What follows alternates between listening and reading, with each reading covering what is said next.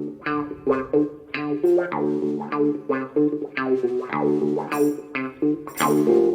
evening, Paul. Good evening, sir, and welcome all to our, it used to be a monthly podcast, our football book monthly podcast, but it has been some time, so apologies for that. It's been a really mad summer. I've been away to Turkey twice, and, you know, with all the goings on and all the different podcasts and all, everything that you have to do to try and get a few more likes, a few more followers, a few more Patreons. It's been very busy. Yeah. So let's talk about your Patreons first, Andy. We don't need to know how many that you've got. Hopefully you'll have hundreds and thousands, a little bit like the toppings that you put on your trifle.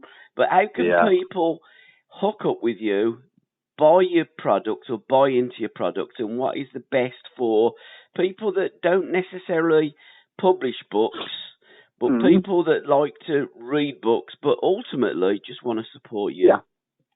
Yeah, no, brilliant. Thank you for that as well. Well, the Patreon that we do, so there's free options, basically, and you can access it through the website or direct through the Patreon as well. So it's at patreon.com /myfootballbooks. There's three of them. We do it basically for a reader patron, and with that, it's just £2 a month, and that helps support the work I do, and I suppose in turn then supports, you know, authors out there, publishers, because my overall aim is to share the written word and, you know, the beautiful game. But that's just £2 a month, so really helping support. But yeah, you get a complimentary My Football bookmark, so that's what I recommend for all readers. But if you do want to support us more, but you're an author, there's an author patron, just £4 a month. And what I do, and as I have had recent author patrons join, which is great. I'm going to be doing I have done a feature article of their book on the website, which I include in the monthly newsletter, which I share, and I also share it through all the social media channels, which I've got over 14,000 followers now across Twitter, Facebook, Instagram, and as well as obviously adding it to the website as well. And then the final one I do is for the publishers, which is just £7 a month. So it's all the benefits an author, but any books that they publish, every month really, or any books they send out, they are producing. And again, I'll do the same, do a feature article, and put the links on the website to their website or to, you know, Amazon or whatever they choose. So there's three options: so reader, author, and publisher. Paul. So for anybody that's listening to the podcast now and says, Andy, I don't publish, I'm not an author, I just want to support you, what would you say is the reader? Okay. Yeah, go for the reader. Just £2 a month, so that'd be greatly help, and I think it's just a couple of pounds. What's that, less than I don't even know. The coffee's now double that, isn't it? It's £4. Absolutely. Normal coffee? Well, I'm drinking a coffee now. It's certainly less than that because I've just got it from my kitchen. But I think that's different. Yeah. If you go to a coffee house, which I've never done, I'd be amazed on how much that you would pay for a cup of coffee, and probably for a third of that price, you can support your project, which is, I would say, has got to be the biggest promotion of books online anywhere in the world. I do, yeah. I've often looked.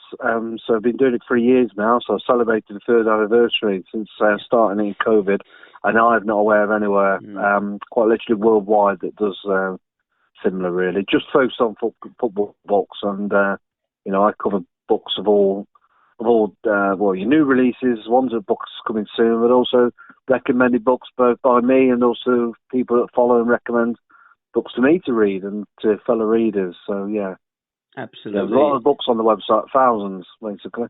And you also give us a recommendation every week on Terry Curran's Curran View with the Oliver Hillsborough, Mr. Terry Curran. So you always have an input into that.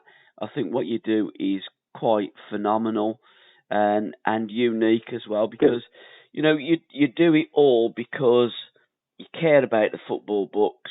You want to get involved in promoting football books.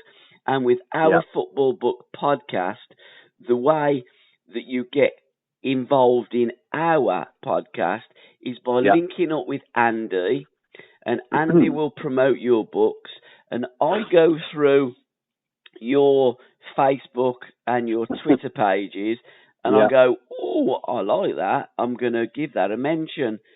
And that's how we do. So if you want to get involved in our football book projects with the podcast, please get involved with Andy, and through Andy, we get these football books and then we talk about them. So we're going to be a little bit more insular these days, Andy. We want them to like you, get involved with you. If you want to like SRB Media, that's fantastic. If you want to like the Current View, that's fantastic. But it is talking football books. So what is the first book that you want to be talking to? I've got to say, I've got 12. You've got 12, have you? I've got right, 12 down there, but I'm guessing by the end of the podcast, which usually goes on 90 minutes, maybe a little bit of extra time as well. Well, extra time nowadays, it's probably an extra, 20 minutes, isn't it? You never know, how much added time you get now? Well, I hope you ain't going to be doing these goal-scoring celebrations and really, egging It's not the plan. Egging it, or over-egging it as it is. But I'm going to cross off books that you mentioned because I'll go snap, I've got that. So the floor is yours. Where do you want to go with your first book? Well, feel free to interject. I've purposely, because we've not done it for a while, I've picked 50 books. So I've gone quite down the line. So, but I'll give a little short bit on all of them. But I'll start off with the books that have released. I'll do 25 books that have already been released for the last couple of months or so, and then 25 that's coming up. So from when we were doing this podcast to going forward. And one place to start, what better place to start, really, I suppose, when we're doing this is just the day after the Lionesses making the World Cup final coming up at the weekend. So the first book is called The Upcoming, The Lionesses and Beyond by a lady called Jane Purdon. It's come out through Pitch Publishing, and anyone that knows of Pitch Publishing, they are by far the biggest sports publisher and do cracking job, really, supporting authors. But the Homecoming, it's basically it's a personal account by Jane Purdon, who is basically, she's well known, but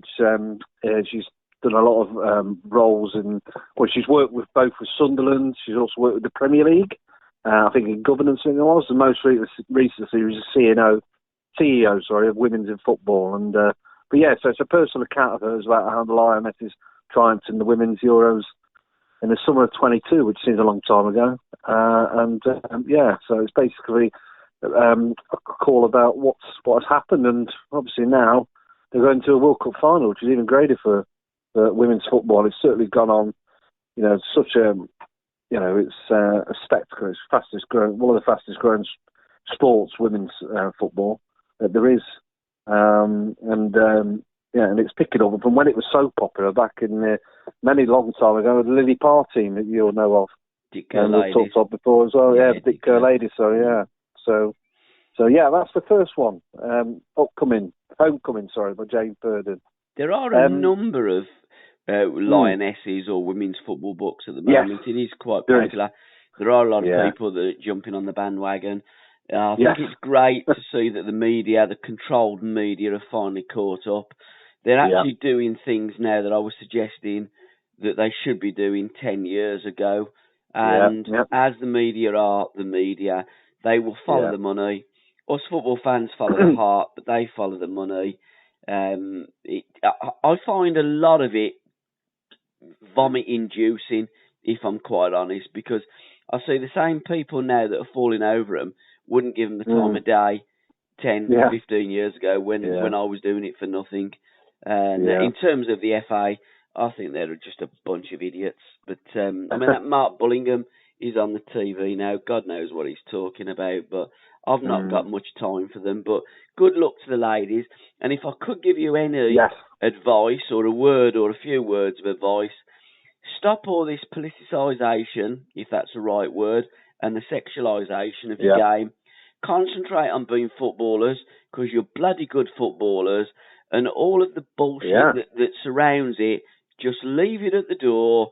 Take onto the football pitch your footballing ability, because I think that you're very, very good, and I think you're a credit to the nation. So well done to everybody that's been involved in the journey of women's football. I have been involved in the journey. I was a stadium announcer at Birmingham City Ladies. I am the only Birmingham City Stadium announcer that's had the microphone taken off them twice. but there you go, and that's why I don't like the media. Well said. Totally agree. So that's next up. And the next one, I think going from the Masters of Women's of now to the Dutch Masters is my next one by Gary Thacker. So we know of him, spoken of plenty of times, released a number of books. So he's well known. He's a guest on the likes of BBC, on TalkSport Radio. But Dutch Masters, it's a heartfelt history of one of the greatest and most iconic European. Ajax, I think it's full name, AFC Ajax. AFC, by the way, doesn't stand for Amateur Football Club. It stands for Amsterdamish Football Club. So that's So Dutch Masters, which is it draws on it offers various interviews done with former players and other authors and journalists. But it's a cracking read again, coming out through pitch. So I'm sure that's one that many listeners will enjoy reading. Absolutely. What a team! Absolutely, and the first professional player to be signed by the great Ajax team was Pete Kaiser, and Johan Chriis was the second. Before Rinus Michels took over at the helm of Ajax, they were an amateur football club, and he couldn't believe how some amateur football clubs that he'd been involved in were so much better run than Ajax. He had to do a lot of hard work. He certainly did. He won one European Cup, and then he went to Barcelona. He took Johan with him after the third triumph in the European Cup, but they won 3 back-to-backs. I've done a podcast with Gary. Gary, one of the members of These Football Times, a great little podcast and group of football journalists. So, however you access your football podcasts, if you go on to whatever network or feed that you use, type into the search engine either SRB Media or Gary Thacker or Dutch Masters, and I'm sure that our podcast will come up. A thoroughly enjoyable hour with Gary, a font of knowledge. I always call him one of my educators, and he's a good lad. A Chelsea fan to boot as well. Can I just interject? You okay there? Great writer, isn't he? Oh, absolutely. You were just going away a little bit then. Have you got your Wi-Fi on? No, I've not moved. I've just got my phone on, so hopefully you got me back? Yeah, you're loud and clear. The first book that I want to mention is Gallus. I hope that's the way you pronounce it.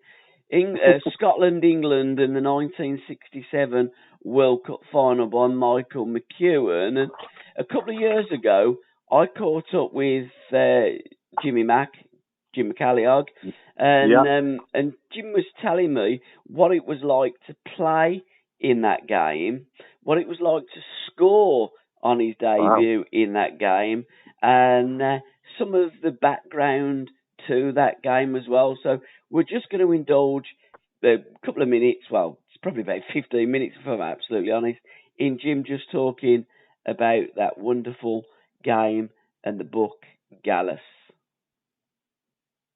Well, that was absolutely fantastic. As always, Mr. McCalliog. Bobby Browne, come on, boys, come on. Best of luck, boys, best of luck. Jim Baxter really took the reins that day. And as I said to Jim, had the World Cup been played in Scotland and at Hampden Park, Scotland may well have ran out winners of the World Cup in 1966, the year previous. Because I think that Scotland were England's equal. They had some fantastic players in that team, didn't they? And that book's going to tell us the story of, I'm guessing, not just that game, but what Scotland were like in the 60s. Magnificent.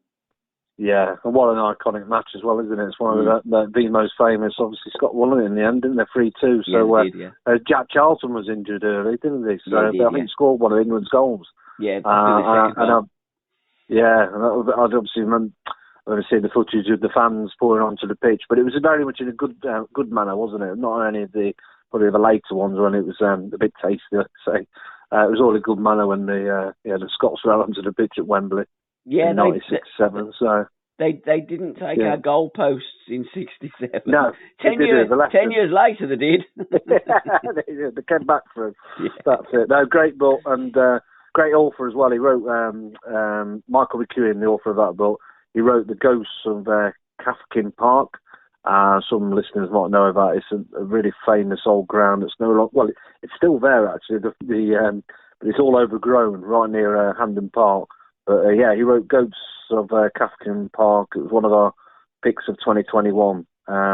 Great author and a great story. And I think he'll touch on not just obviously the game, but how he actually puts. I see in the summary it says there's two kinds of people in this world: those who insist that football is just a game, and then there's those who know better. Yeah. And he says, then take April 1967, the clash between England and Scotland, for example. So a great read. Absolutely. Looking forward to that one. And what I like with these books is it's not just like, for instance, with that game. If you're going to write, 300, 500 pages maybe on just one game, you're going to have really, really big letters in your words, aren't you?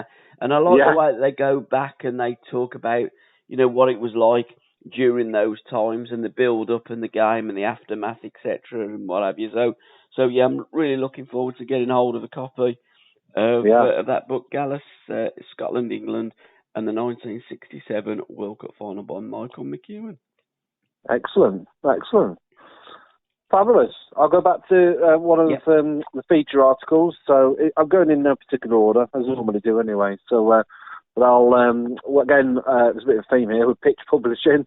This is a book that came out a couple of months ago, Fear and Loathing at Goodison Park. I'm not sure if we did mention it on our last podcast, but it's a book about Everton Football Club under David Moyes, written by Lou Reed Foster.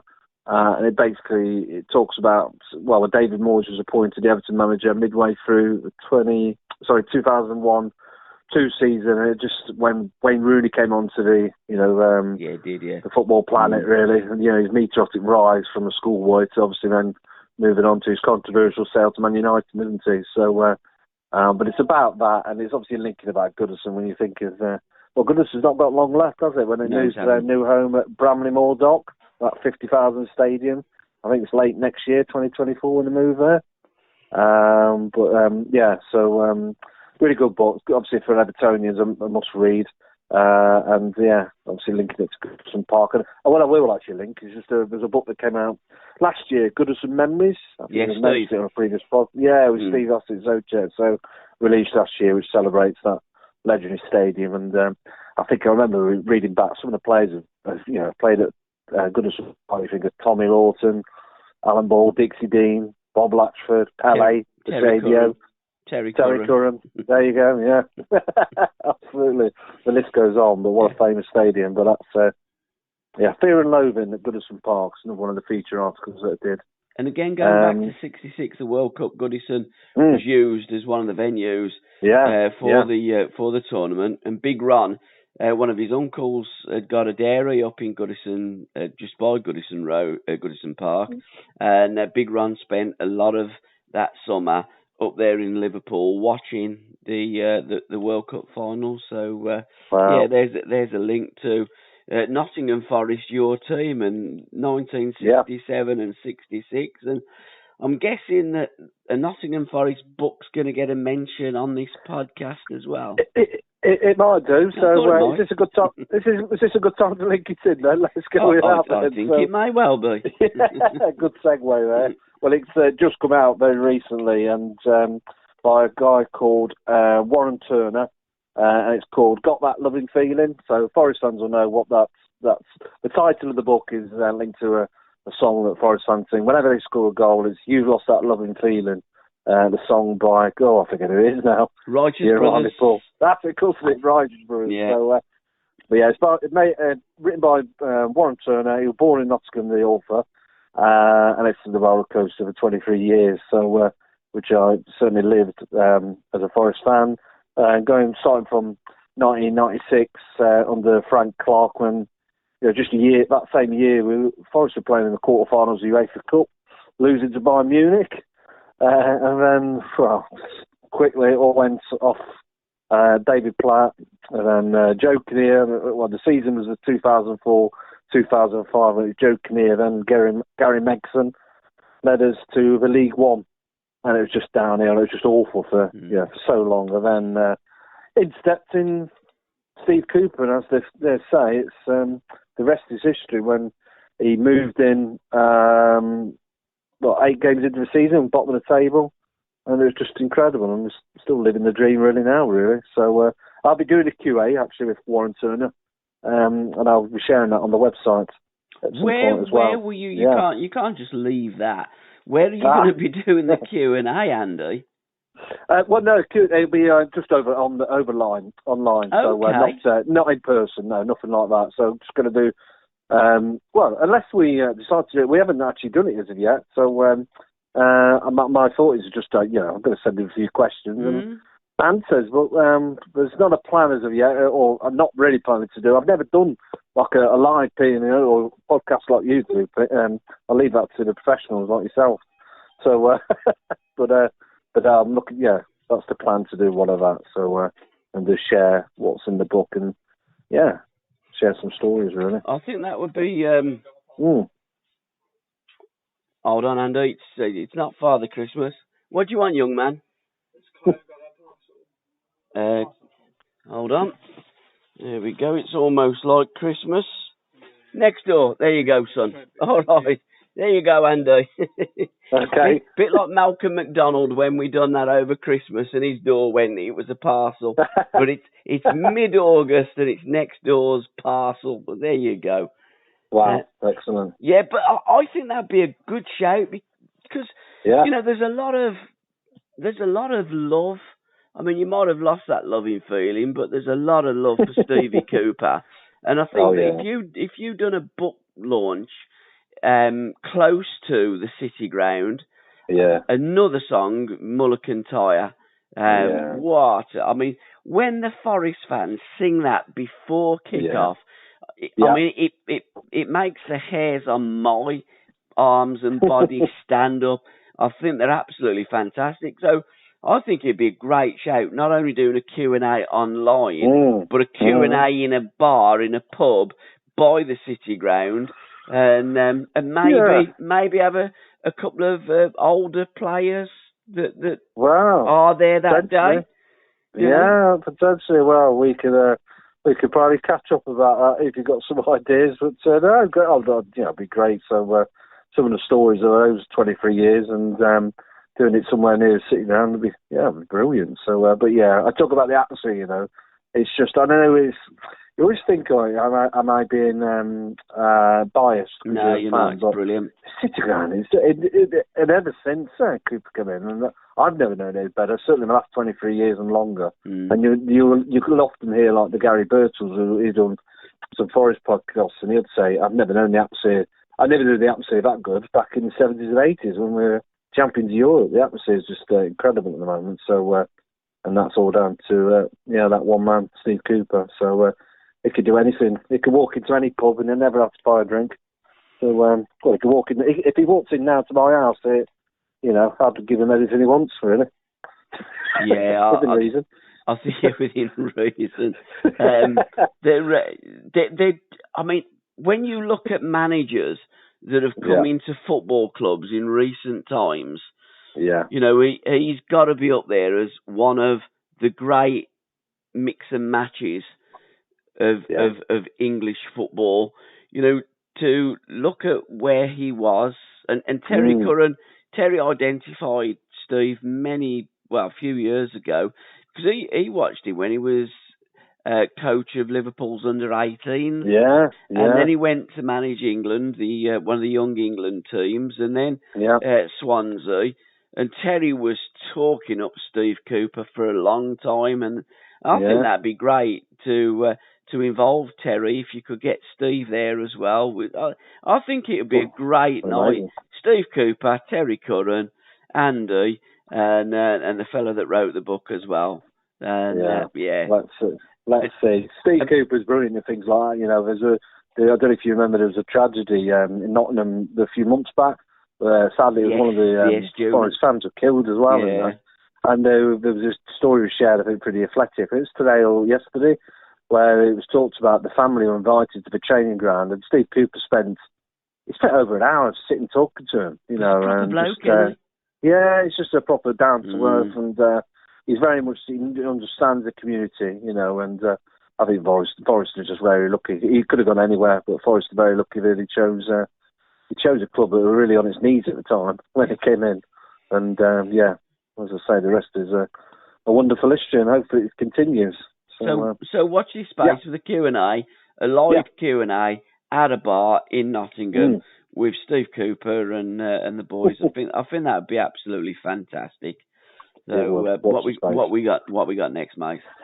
Next, going back to one of the feature articles I did was the When Dave Went Up. It's the inside story of Wimbledon's 1988 FA Cup win, that famous one against Liverpool. Yeah, when a small team overcame 88. It was 88. Was it? Yeah, 87 was Coventry, wasn't it? The diving header, Keith Archer. Year after, when Dave Went Up, it's by Gary Jordan.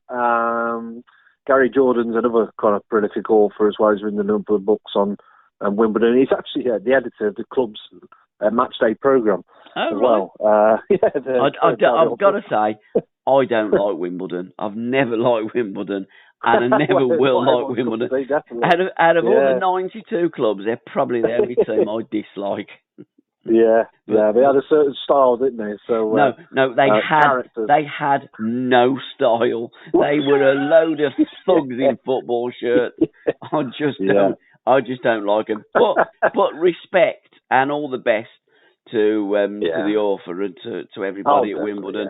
Yeah. But I'm just not a fan. But there you go. I don't need to be a fan.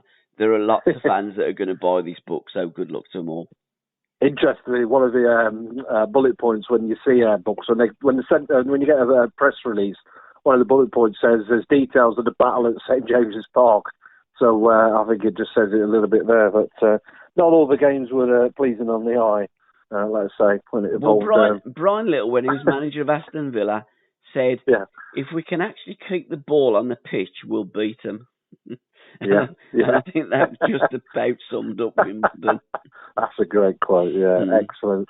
The next one then released. This was released back on the 12th of June, my birthday of all dates. So it's about to be a good book.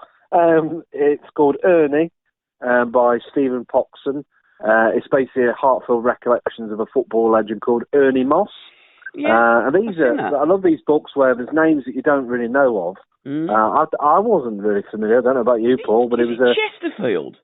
Yeah, that's it. So he was a lower league football hero, and he was a local boy that became good, becoming a Chesterfield goal scoring legend. So it's a story of his skill and success, and also heartbreak and football and family, because he sadly passed away in 2021. But what was really interesting, he made a total of 749 league appearances, which puts him in the top 25 of all time football appearances, which is incredible. Was that all for Chesterfield? Good question. It might be. I'm not sure actually. I don't know. I'd have to check that. So,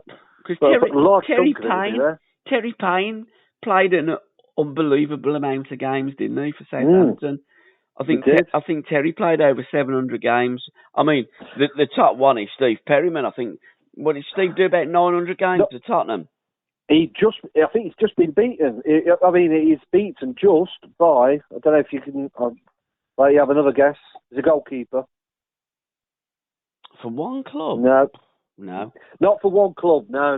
Sorry, I mean overall appearances. Oh, sorry. got ya. No, I'm on about with Steve. He's, with one. Steve Perriman. Yeah, you're right up there. And the same with Terry Payne, just for Southampton, just for Tottenham. I get you. Would the fella at Wrexham that's just come back? How many games has he played? No, it's number one. It's Pete Shilton. Is apparently over 1,000 appearances across 32 seasons, and he played with 8 separate clubs. Oh, so I thought you meant a recent one then when you were saying that. No. What the most recent one in the top 25 is a guy called Dean Lewington. He's a defender actually with Milton Keynes Dons. Oh, right. He's the son of the former assistant manager Ray Lewington. Ray. I think he's first team coach at Palace, I think, at the moment, isn't he? I think. Ray's been in everywhere, and he is. I mean, Alan talks well of Ray Lewington, and when there was at Butch Wilkins' funeral, and that they were reminiscing and talking, and Loftus Cheek, I think he was at Chelsea at the time. He must have been, because he said this kid Al, he's a good, and I think a lot about him.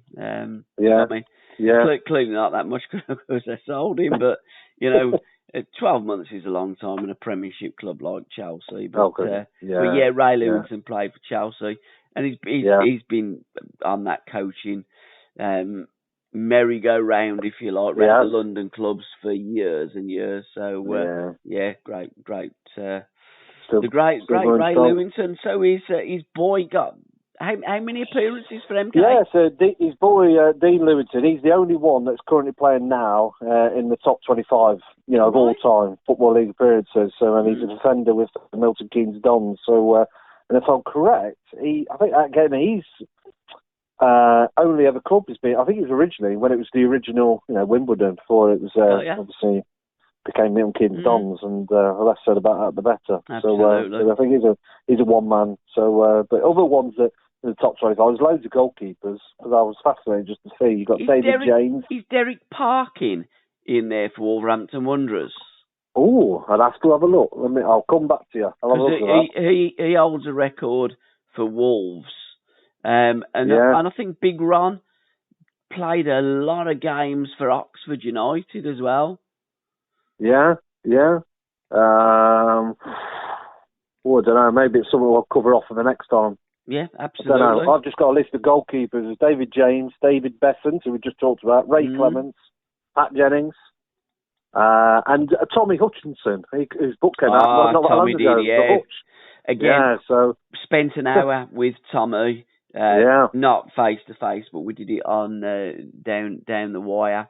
The podcast, Legends of the 70s. Again, access the podcast. How you like to access your podcast.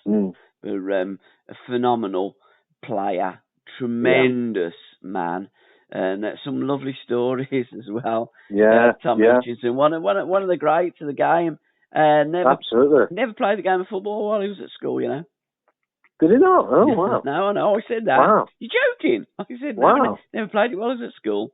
And you're thinking, how can you be that good, from leaving school? I know. Incredible. But the great Tommy Hutchinson played over 1,000 games. Obviously most of it Coventry, wasn't it? So he played a lot at Cov, Manchester City, Blackpool, of course, as well. Yeah. Swansea. Yeah. Played in Europe with Swansea. Yeah, excellent. But so going back to it, but Ernie, that's the book by Steve Foxes. So I love these kind of stories. Again, someone you want to learn of, and just celebrates. Chesterfield fans will obviously know him. So, but that's Stephen Moss. So bringing it another one.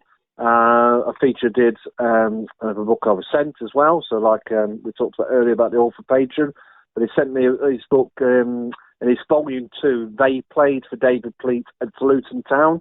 So he's done 2 books. He's done Phil Duffy, the author is. He's done volume 1 and a volume 2, and a huge book. I've got it in front of me here, and it's interviews of all the players during that time. So it covers the period from 1978 to 1986. So Bob Hatton to Steve Foster. Interviewed every player. I'm not sure every player, but quite a lot of them. Yeah, there's a lot of them, a hell of a lot of them. So it's covered in here. Yeah, it's one hell of a book. It's fantastic, really well written. Yeah. It's a right old chunk of a book. So and it's quite timely as well with Luton Town. You know, getting in the Premier League as well, isn't it? So you know they're in a bit of a limelight at the moment, even though they still can't play at Kenilworth Road. No, the game's called off, isn't it, the weekend? Yeah, this weekend. Yeah, but again, it's the modern game, isn't it? Kenilworth Road was well good enough in the 70s to play First Division games, and this is what I don't like about the modern game. Yeah, but you know, it is what it is.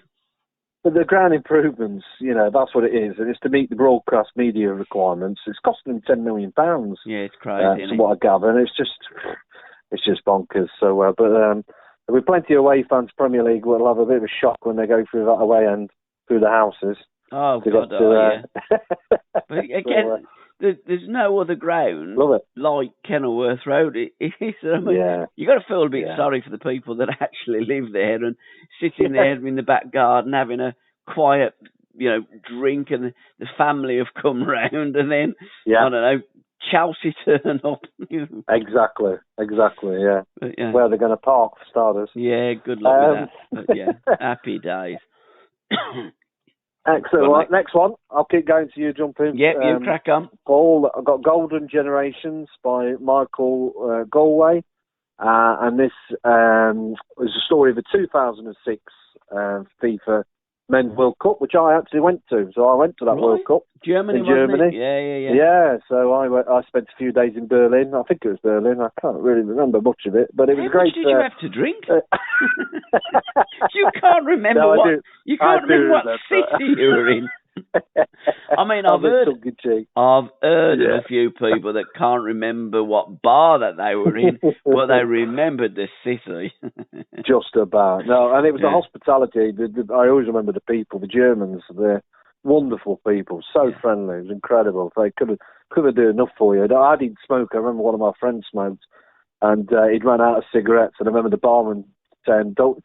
And he was about to go and leave the pub to go to find, you know, a shop to get some cigarettes. He says, "Don't you leave, I'll go and get them for you." The barman left the pub, got him cigarettes, brought him back. So I don't think he wanted to lose his money as well, kind of thing, you know, from the, he was paying. But no, great World Cup, 2006, just in the personal memories.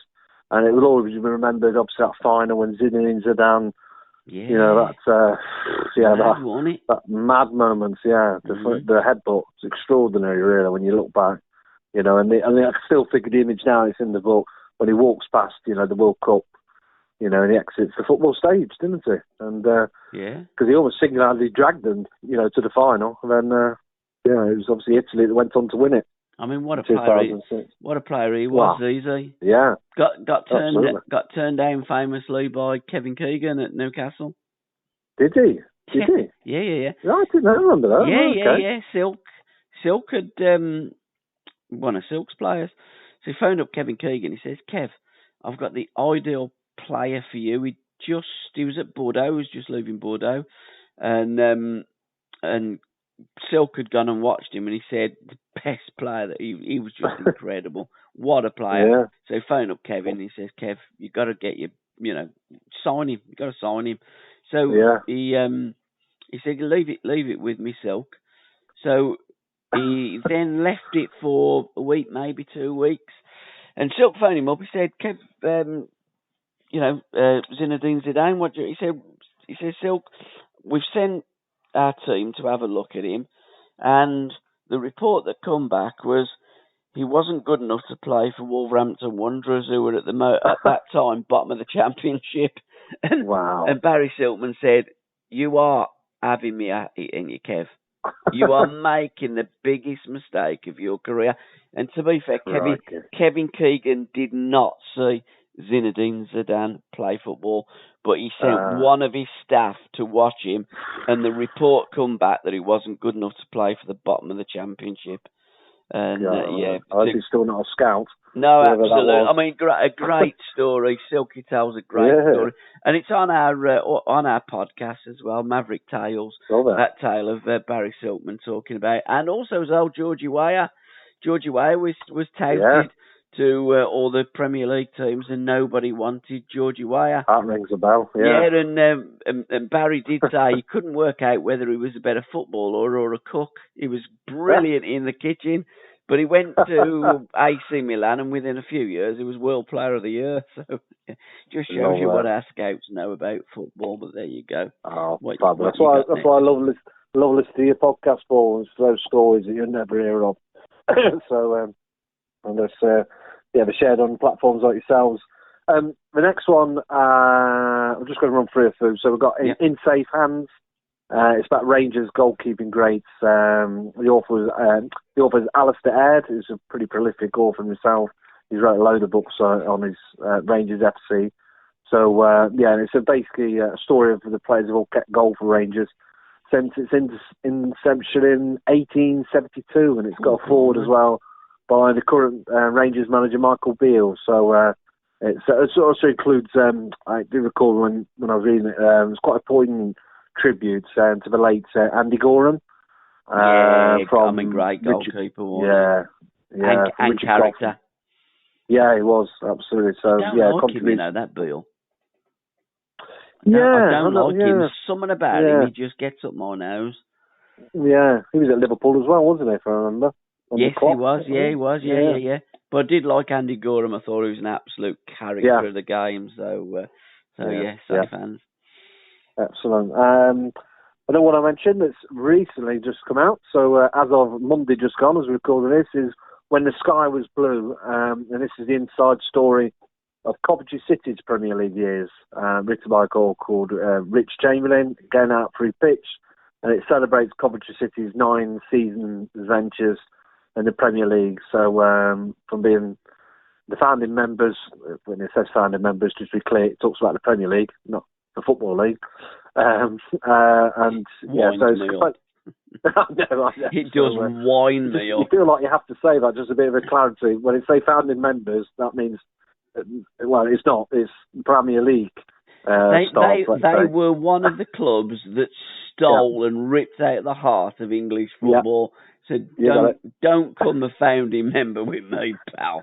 I don't. You can write down what you like, and when you just identify 9 seasons of Coventry City, when you look at all their great Coventry sides and games that they had, in the 70s under the Jim Hill, the Sky Blue Revolution, and all of that there, it's forgotten. It's just highlighted in the we were founder members of the Premier League. Well, and in fairness to Rich, I should say, he's a former freelance journalist. He's interviewed like the likes of Jimmy Hill, etc. So he's done his bit as well. But this book obviously focuses on those years in the I just go straight past those books if I'm absolutely honest. I tell you what I do love in that book. There's a great picture from the sky of Highfield Road. Yes. So you remember that ground? So I've been there. What a ground that was. Yeah. I've been on the pitch. I've been on the pitch there.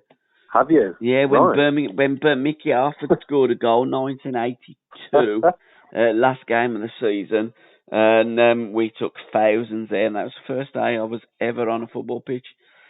Excellent. Yeah. Fabulous. I mean, there was no trouble. I mean, well, not from me. There was quite a bit of trouble from others. But I was just there celebrating Birmingham City staying up, as I did my first season, proper season going down there, 73-74 season. When we beat Norwich, we stayed up, and I said to my dad, "What's going on? They're running around the pitch like we've won something." Nothing ever changes at Birmingham City. What we got next, mate? But they might do now with Tom Brady and Cohen. Don't even get me started. I hope they ain't paying him in cryptocurrency, by the way. We'll move on. Yeah. And this is probably links quite well that. So there's a book that came out called Moments That Could Have Changed Football Forever. It's What If. I got that. Snap. Yeah. Excellent. Peter Thornton. Yeah, that's it. Two of them. There's two Peters. Peter Thornton and Peter Prickett. Prickett, that's the one. That's the first snap that we've had in this podcast. How long have we been going? Hold on a minute. We're at half time, I think. 45 minutes. 34 minutes on my 34, right. On my clock. So yeah, we've on 34 minutes. We've had a snap. There we go. But again, the podcast that I do with Alan, My Life, My Music, and we always talk about those if only moments. In fact, we did one of the podcasts that was called, If Only. And football is absolutely littered with those if only moments. So that's a book that I'll have a look at and be very interested. I look at all of your books that you post up, and there's some of the books that really catch my eye and get me juices flowing. And this is a book that really does it on every aspect of football for me. To whet your appetite and those juices, because every what if is around about 1,500 words he's done on. So I picked out 3 that I thought I'd share. So one of them is what if Jimmy Chriis had not been left out of the 1966 World Cup final. Interesting one. And then another one, what if United had sacked Sir Alex at the end of the 80s? Yeah, two great ones. You remember famously, I think it was, I always remember Mark Robbins scoring in the FA Cup at City Ground, Nottingham, and that pretty much saved him. And I think this one, what if there's no VAR? Wow. There you go. Again, and I was critical of VAR this week, but I think what we have to balance up is there's nothing wrong with the technology. It's the idiots that use it is the problem. Yes, that's the problem. The idiot. I mean, with that penalty that should have been a penalty to Wolves, how does the referee look at that and doesn't give a penalty? And then it goes to VAR, and you have 2 people that are referees that look at that and go, I don't think it's a penalty. I think you should be sacked. I don't know. I can only think when they got back to that state, they weren't looking at the screen. They must have been watching something else, like something on Netflix or something. Because they couldn't have seen it. Because it's just, I don't know how you come to that judgment. I heard someone ring in on one of the radio shows kind of thing. Said it shouldn't have been like a yellow card. It should have been GBH. Yeah, absolutely. Took him out. Just unbelievable. Just took him out. Yeah. And I heard Ten Hag saying, well, he got there a little bit later, didn't appear. And I'm thinking, mate, it's a penalty because he got there after he touched the ball. He wiped him out. I mean, sorry, and this is what annoys me. Just be honest. Just be honest. I know exactly. It annoys me when managers do that, especially Ten Hag. I'd much prefer, and I think a Man U fan would say this, I much prefer my manager to be absolutely wrong. I can't believe we got away with that. It would just but the good thing is he got apology, didn't he, the Wolves manager? Yeah, but that don't do him any good, does it? He'd rather have a penalty. Unbelievable. And where were they? They were having what's it called? A corporate, I think it's called. A prawn sandwich brigade situation, as Roy Keane would say. I mean, they shouldn't be anywhere near that. You're a referee, do your job. When you've done your job, bugger off. No one wants to talk to you. You're just a referee. God, I know. Winds me I know, yeah, it does. You've wound me up a lot tonight, I'll be honest with you. Apologies. Well, I'll leave it with VAR there, because I was going to say, it does, as a football fan that goes to the game as well, and I've experienced it in the Championship, no VAR, and now experienced it in the Premier League. I tell you, it sticks out, and I remember a lot of people around us when Forrester scored a particular goal to make it 4-2 against Southampton, and no one cheered. It was the strangest experience, because you just had this feeling. You thought it was one of these where it can't, because you knew it was such an important moment, and because of VAR, there was no reason as to think it was going to be, but it definitely had that. It does take away that what ultimately is a football about, is that experience of cheering a goal, isn't it? So the football club that has the worst decisions with VAR is Aston Villa. If you look at, I mean, I'm a Birmingham City fan, but I go down Villa Park with the boys if they've got a spare ticket, and I watch a game as a neutral. Yeah, of course, I want the Villa to win. They're a local team and all the rest of it. But I have never seen decisions that I'll look at it and I think, if that's a Villa, that definitely isn't a goal. And I was watching the game against Newcastle. I thought Newcastle were superb, by the way. Oh, they were, But there were a couple of decisions, and I looked in, and I thought he's offside, and they give the goal, and I thought, had that been a Villa, that goal would have been disallowed. 100%, it would have been disallowed. And I think some teams just do get the bad decisions all the time, and I think that when you go up, like Forest have gone up. You come up against a Man United or an Arsenal, you're not going to get them decisions. And VAR was brought in to almost protect you from bad decisions, but you're just getting worse decisions than you would have had ordinarily. Yeah, I think the referees now, they're kind of, what is it? They're kind of, they know they can't make the decision. I think it's made them worse referees because they know, and it must be. If I was a referee, it must be in my back of my head as well. You got to think the humans that. Well, I'm not sure about that. I'm not a leader because the cameras are showing. It's just what they should do. What they should do is referee the game to the best of their ability. Exactly. Forget VAR. The VAR is a video assistant referee. So if you and you're the referee and I'm sitting in Stockley Park. I go, Andy, I'm almost, I know I've just seen it. That's definitely handball, mate. Go and have a look at that. Yeah. So you go, you have a look. Yeah, Paul, you're right, penalty. So things that you actually miss while you're officiating, that's what they're there to assist you. But they're not. Yeah. They're re-refereeing it, and the referee, as a consequence, is letting things go and letting it go to VAR. So the referee actually is not refereeing the game. It's poor refereeing, and if you can't referee, sack them and get someone that can. I've got no time for them. Yeah, absolutely. Well, sorry for winding you up, Paul. And if anyone's listening in and they are sharing our conversation and linking it back to books, they will love a book called "Is It Just Me or Is Modern Football Shit?" Yes, basically. It is. Yeah, basically. By Jim Keogh, another great writer as well. That came out in 2021, and you can trust me, VAR gets a mention in that particular book.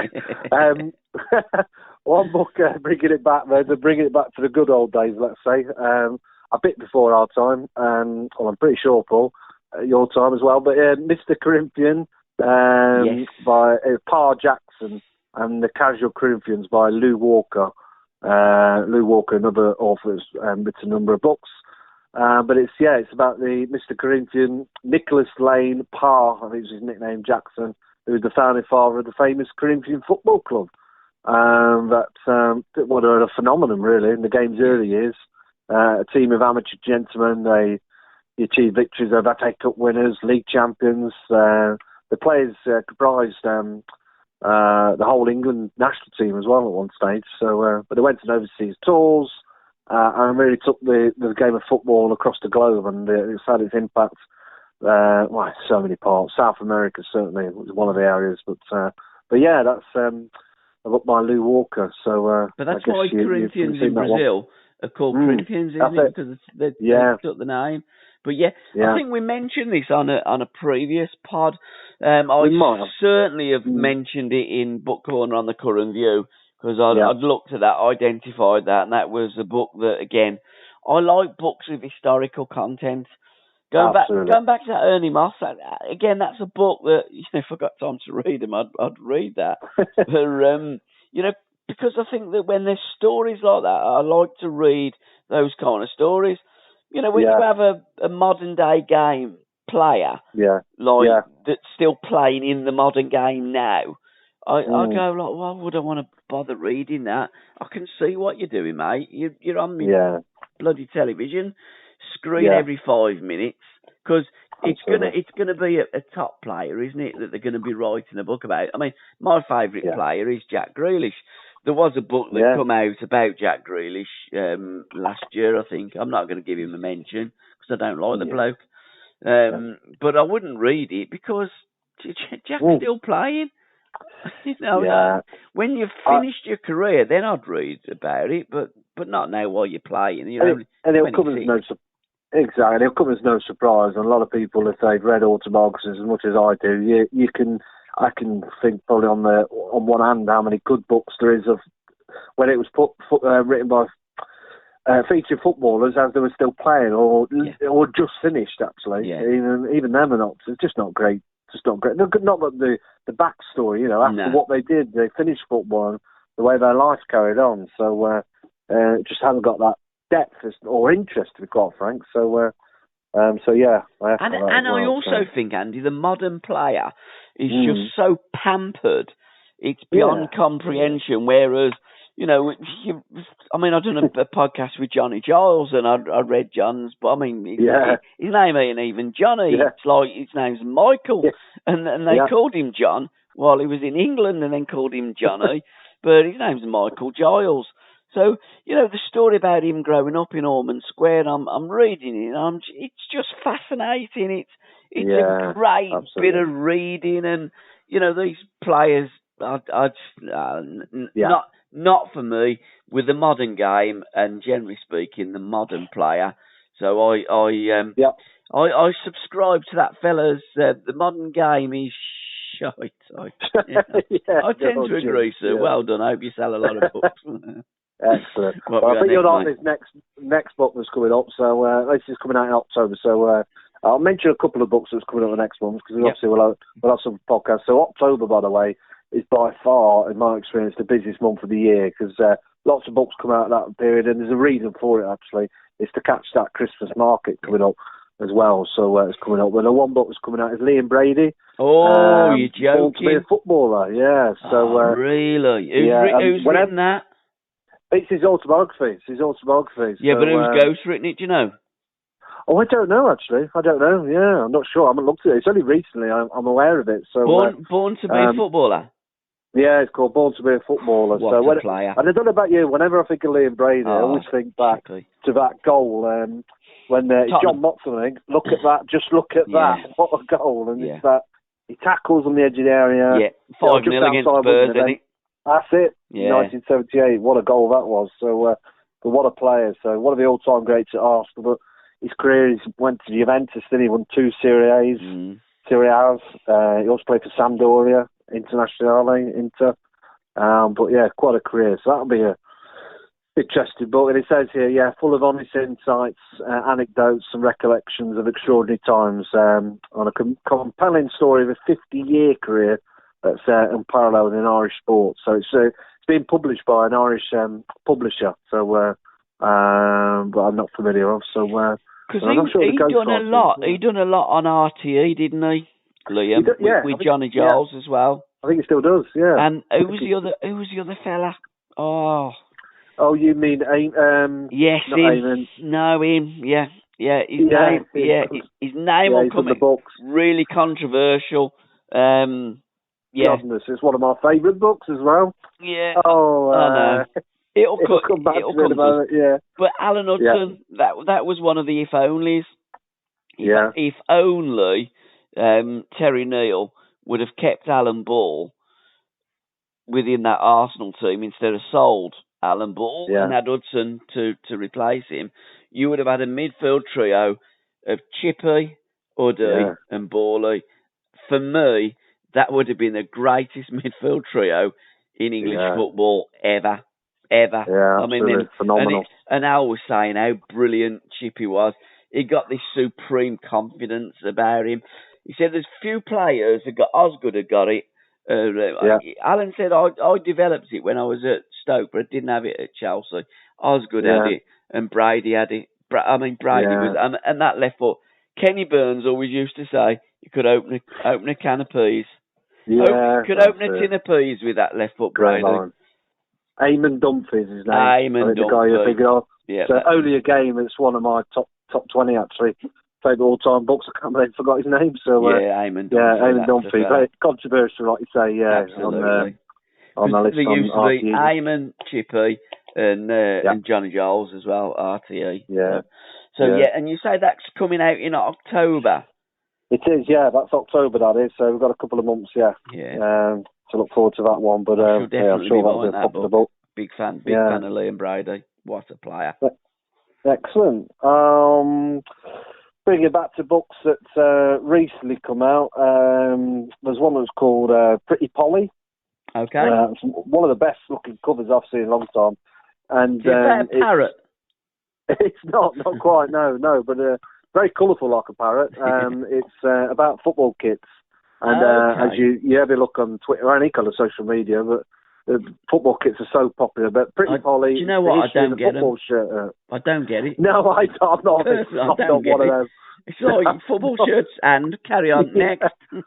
Yeah, but this is the history. And I love the front cover though, so you'll recognise some of the shirts. But it tells a fascinating story of football shirts, charting its dramatic evolution over 150 years, and it definitely has changed incredible, isn't it? Yeah, God Almighty, it's a different kit. Well, there's about 3 or 4 kits when they do like Forest had launched their kit at the start of the season. We not just one kit, you launch 3 kits. You know, it's just incredible. So one of them, I think you'll wear probably for like one game in the whole season. But yeah, that's Pretty Polly by Pitch again, written by Alex Ireland. So it talks about from the modest beginnings to a product that it's the centre of $1 billion industry, and it is. It's incredible, isn't it? Yeah, so, made out of Velcro, aren't they? Because they're an absolute rip-off. Well, good line, excellent. There is. And then one of the books that recently come out, there's by a guy called Dave Thomas, a prolific writer, about Burnley FC, and this is Burnley FC champions again, and it's about last season's. I'm amazed how he managed to write his books so quickly, because he's wrote a book about last season, which is literally not that long ago it finished. He's probably got most of his stuff already done on a spreadsheet, and then brought out, because he's probably been doing it and thought, right, I could carry on with this, and I've got another book here. So that's probably how he does it, yeah. But he's written, it says in his, a bit about the author, 26 books he's written, which is incredible, isn't it? I haven't written 26 words. Who did you say wrote it? What was his name again? Dave Thomas. Oh, yeah, the former headmaster as well, Dave Thomas. Yeah, so he wrote one of the best, really good book on Bob Lord. Yeah, that's right. You'll probably remember that. So he was the self-made butcher who ruled the club at Burnley from, I think it's from the 50s to 1981, something like that. So legendary. There's a great story that Paul Fletcher tells on the podcast that I've done with Paul when he met Bob Lord, and it's a cracker. So if you go on to the SRB Media, or rather Patreon, it's all the w's.patreon.com/SRB Media. Go on to our Legends of the 70s, and all the stories are on there. And in Paul Fletcher's podcast, he talks about Bob Lord. And it's a cracking story.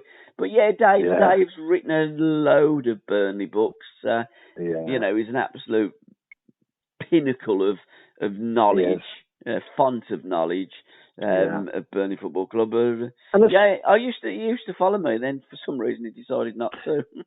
Yeah, there's an historic club, isn't it, Burnley? Yeah. They're one of the founder members of the Football League. I must have pissed him off. He stopped following. Hopefully he's listening and he realises I don't know, he changes his mind. But he does write some great books, so whether people follow me or decide not to, he does write some great books. Is there a book on Burnley 1960 when they won the league, when they were champions then? Because that'd be a great read.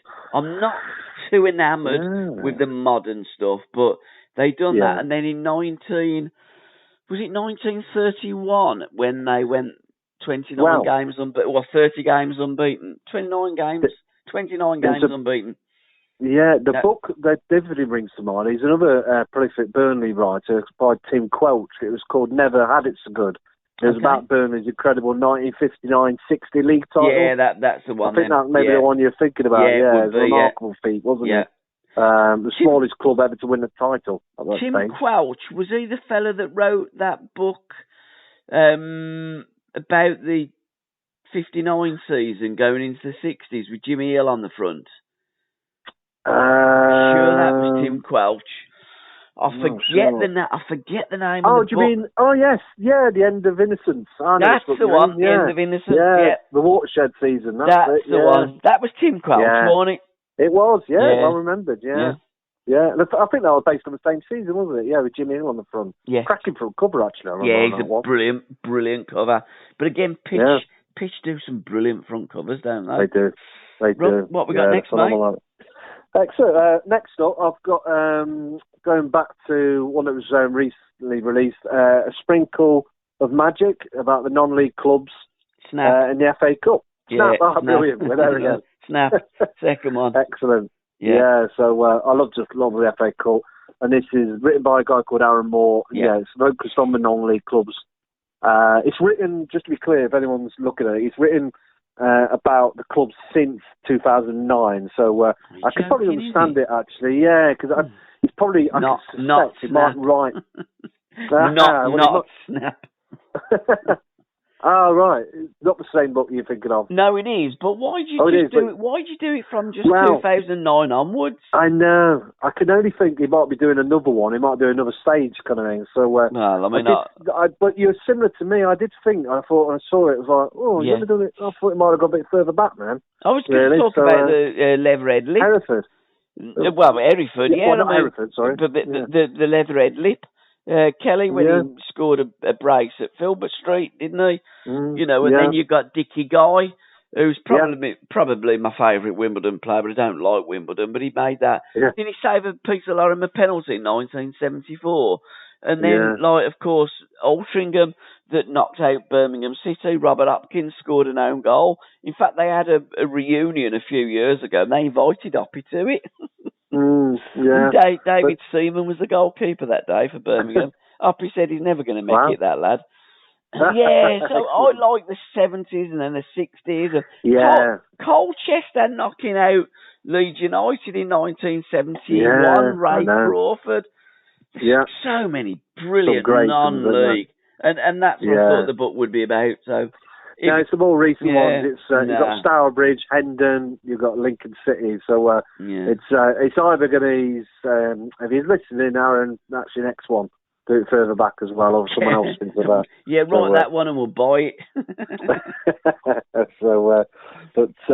it's that's another one that's come out through pitch. So but either way, I love the FA Cup. So I love those stories as well. I go to watch some of it. A couple of years back now, I went to watch. Was it last year, actually? My town where I'm originally from, and a village nearby called Colville Town, they got to the FA Cup first round. So when they played, I forget, it's Charlton. Charlton. Playing black and white, don't they, Colville? That's it, the Ravens. They're mad. So, they're cracking their fans, aren't they? I remember... I was in a village outside of Colville. I'll just make clear, I'm not quite from Colville. Nothing wrong with Colville, by the way. But when I was listening in, and they recognise who I am, so nothing wrong with Colville. They took hundreds. I used to do a more show, and then they come to Solihull, and I thought, blimey, these fans are they're mental, passionate, and they're all black and white and Ravens and that. And I thought, great fans, mad as March Hares. I know a lot of them by person, so great people, great characters, and real characters, and you get that in and would it have been a mining village back in the day, Colby? Yeah, absolutely, very famous. Had a horrible disaster, I remember, back in the 20th century, 1900s, so where there's now a Morrison supermarket where it used to be. So very, very much a mining area. Hence the Colville, really. I'm assuming that's where it comes from. I might be completely wrong. You're probably right, I'm assuming that's where it comes from. So, that's Sprinkle of Magic. A couple of us, I mentioned past releases. So there was a book that come out called No Foreign Game by James Quinn. And this is about association football and the making of Irish identities. So this book takes a unique window in the history of... I love the history as well, myself, and football. And this is about the early stages of association football from the 1880s in Ireland. And it links in with the history of Ireland and Britain and, and a keen insight into the making of national, regional, sort of sectarian, class, gender identities and, crystallised around Irish football. And it weaves in between some of that political, social, cultural and sporting history, really. So, it tells a story, not just a division of conflict, but also solidarity and celebration. So, really, Martin O'Neill's on the front cover of the book, and written by James Quinn. So, book I will be reading. I'm always fascinated with history, as I say, and I have a little bit of an Irish background as well. I'll be interested to read that one. And of course, the the Irish teams used to be involved in the FA Cup many years ago. English, Irish, Scottish, and Welsh clubs. Yeah, absolutely. So that's just come out. And one other I'll mention that's come out recently, and I'll come on to some of the more that's coming out soon, is United with Dad, and it's I've seen going that. out through Pix Publisher, by a guy called Simon Lord, and I'm just going to paraphrase what it says here. United with Dad, it's an emotional tale of football fandom and fatherhood, detailing the agonising final 2 years in a man's life while drawing in on his love for and memories of Manchester United. So it's written by David's son, Simon Lord, who reflects on his father's life and their relationship and linking it around football. So it's one of those real... We can all, when we started football, well, certainly me anyway, I think of the family kind of in the connection. That's why my dad took me to football. That's where it all started. So I love these kind of stories. And he's a lifelong Manchester United fan. And this is his first book. And he was inspired by a widely shared article he wrote for Joe Media shortly after his father's death in 2019. So it obviously got a lot of exposure, and he thought, I'll have a go at writing a book. And there you go. He's now an author, so well done him. So superb. United with Dad, that's called. Superb. Sounds like a great read. Yeah, absolutely. So other books then that's coming soon. Move on to these. So I've got one that was recently sent to me. So I'll be doing a feature soon. It's called Match Fit by a guy called Johnny Lowry. It's an exploration of mental health in football. So Johnny Lowry, the author, he was one of the first reviews I ever did on the My Football Books website. So if you ever went back to my very first reviews, I did a review of one of his books called 6 Added Minutes. He's a massive Sutton United fan, so it talks about some of their joys they had in the FA Cup. I think it's mainly focused around 2006, but obviously I always think about the one with Coventry as well. You might remember. I was going to say, I was just about to say, I'm sure they knocked out Coventry, didn't they? They did. In the 80s. Yeah.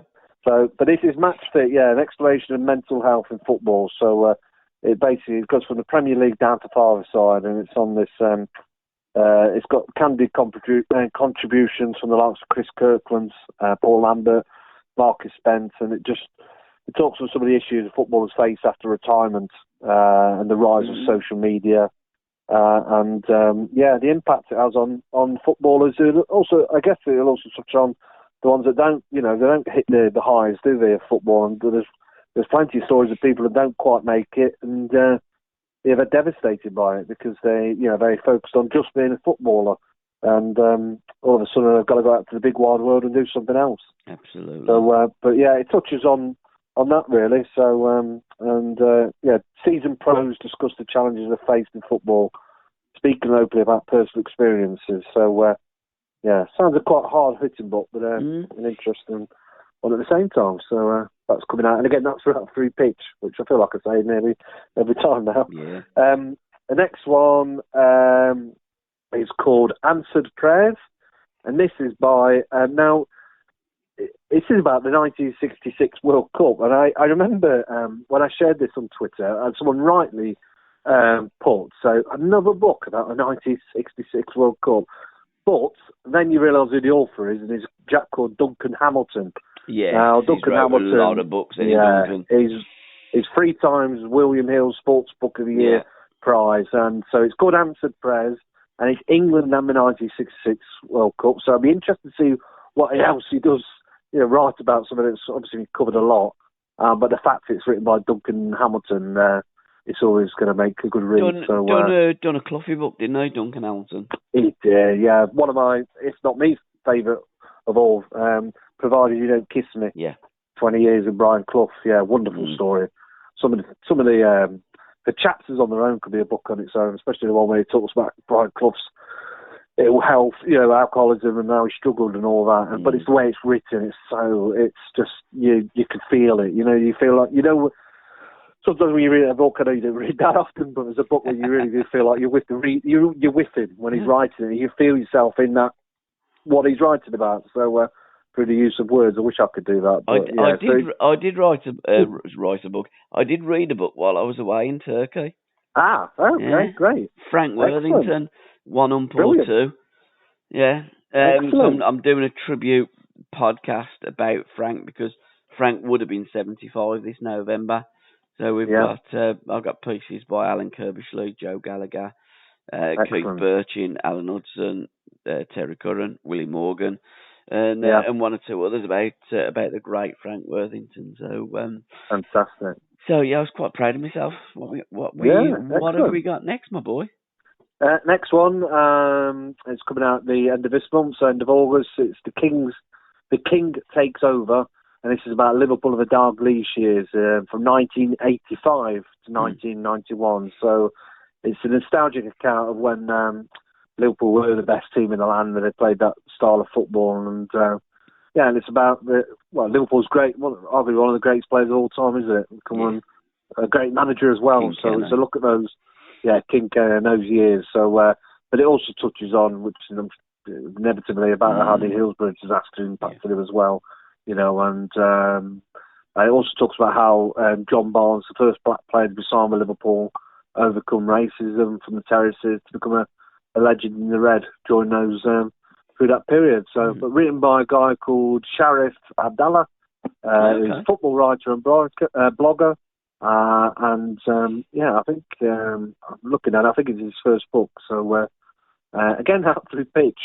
So that's The King Takes Over. So any Liverpool fans and any fans from that area, and certainly King Kenny, will love that as well. So that's coming out at the end of the month.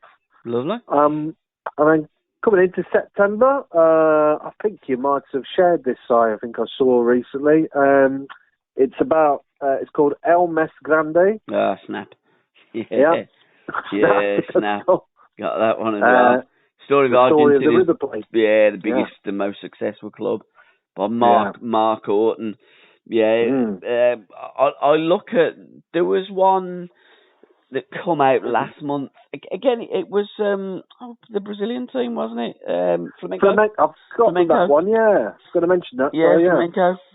Yeah, Flamengo. Is it flamenco or Flamengo? One's a dance and one's a football club, and it's only a consonant away from each other. But yeah, massive football clubs like that really interest me, and I love the title El Mas Grande. It's like it just said and a iconic picture on the front cover as well. Wonderful, doesn't it? Isn't it? So the great River Plate. Yeah, the iconic stadium, is it? The Monumental, I think it is, stadium. So I've just seen, I remember looking at clips of, obviously the famous rivalry they've got with Boca Juniors. Obviously both of them, that's a rivalry and a half. But they earned the nickname, because they're the largest club in South America, they earned the nickname, the Millionaires. And over the years they've propelled some of the greatest talents from the continent to fame. So, great sides, and it talks about the great sides of the 50s, 70s and 90s, right up to the all-conquering reign of I think he's just left, actually, I'm pretty sure, but the coach called Marcelo Gallardo. Okay. But yeah, so Alfred Di Stefano, sorry. So amongst others, playing in that shirt with the red stripe across. I mean, what else? The Blonde Arrow, one of the greats of all time. I'm almost certain that they played a game for the Torino side, El Grande Torino. I'm sure they played Torino as the first game when they had the air disaster. I'd have to look it up, but I'm sure that River Plate played, and there's still a lot of goodwill today between Torino and River Plate. So El Mas Grande, looking forward to that one. Yeah, but I echo what you're saying. These massive clubs, aren't they? And I love reading about the stories. But I'll link back to the one you did mention, though, Flamengo. So that's the one that came out last month. That was written by Stephen Brent. That's the one. Yeah. And he's written a few books, hasn't he now, Stephen? Yeah, I think he wrote one on Boca Juniors, actually, I think, that guy, Okay. Stephen. But yeah, so, well, again, it's the most popular club in Brazil and the richest in Brazil, Flamengo. Mm-hmm. In fact, I remember reading one of the stats. They've got over 40 million supporters, and that was as of 2022. So, wow, just incredible, isn't it? It's just, wow. It's incredible. It's massive. It's mind-blowing. And when you look at these, they're talking about Saudi Arabian clubs going into the Champions League. Yeah. I don't think it's going to be that long until you have a Super League where you've got River Plate, you've got all the big clubs. I know there's a World Club tournament in America. I think it's this Christmas, isn't it? But I think the next development will be not European, but a World Super League. And I think it will be Saudi-led. And you're not going to have a broadcaster like that. You'll have a Netflix scenario and Amazon, and it will all be streamed. And I think it'll be absolutely massive and global. It will. It's funny you should mention that, though, because they're quite famous when they beat mighty Liverpool, linking back to the 80s. 1981, they won the Intercontinental Cup while beating Liverpool. Flamengo did, and that's what put them into a bit of a limelight as well. Yeah. So, but against some of the players that played there, so you had Zico. I was going to say Zico and Jorginho, Romero, Ronaldinho as well, from more recent times. And many of the stars of Tele Santana's great team in 1982 played for Flamengo. So, what a club. And again, it's one of those big clubs, isn't it? That you love to read about, really. So, absolutely massive. Excellent. What have you got next? Have we got any more snaps coming up? Yeah, so a couple of the ones that's coming up. Thai football tales. Snap. Snap, excellent. We're on it again. It just caught my fancy. A beautiful madness. When I look at a title like that, I think, oh, and it's nice, colourful book cover by Matt Riley. And Matt's got in touch with us on Twitter. Brilliant. Yeah, brilliant. If you want anything, some images from the book, etc., just give us a shout. So I did say that we would be talking about the book Thai Football Tales, a beautiful madness by Matt Riley. So all the best with that going forward, Matt. Yeah, give him a shout out. He's a great supporter of my page. He shares a lot of what I've done, and he's a big supporter of a lot of pitch publishing fellow authors. He's a great fellow. He's a fellow. What do you call it? Football book enthusiast. So following on Twitter, his Twitter handle is Capoodle, is CABOODLE68. So following on there. But just give a bit of a snapshot. I love the sound of that book. Yeah. He basically was. It sounds fascinating and bizarre at the same time. But he was working as an English media officer in Thailand, and basically was given unique access, seldom granted to foreigners, to some of the country's most powerful clubs. So it's a report from the inside of the football bubble, let's say, in Thailand. From spending an afternoon, it says, with Brian Robson in the Manchester United team hotel to persuading a player stopping off in Bangkok on the way to sign for an A-League club to abandon his journey and play in Thailand. Basically, no 2 days are the same. So it just sounds, it sounds one hell of a. There's a lot of tales. It sounds. Yeah, again, an interesting book, isn't it? Sounds an interesting book. It's a book that's a little bit different because, again, football is a global game, and there are other leagues apart from the Premier League, and they get some great attendances out there as well in Thailand. They are passionate. Yeah. Good luck to Matt Riley with his book Thai Football Tales. Beautiful madness.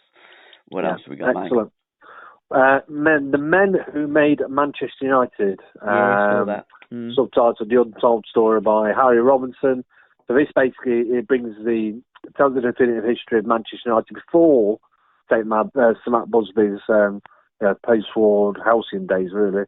So it talks about the tales that will, it says here, will make you squirm, laugh and cry. So from the transfer fee of 2 freezers of ice cream to the tragic death of a young footballer and his forgotten family. So it's a right varied mix of stories in there. But it's a story behind the club's name and colours and the building of Old Trafford, the founding of the PFA and the creation of the academy.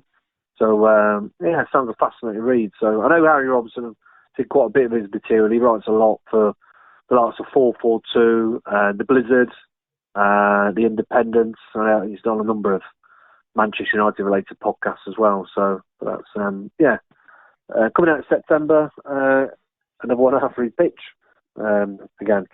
A couple others from September that's coming out. There's one called We Play On by Andy Brazel.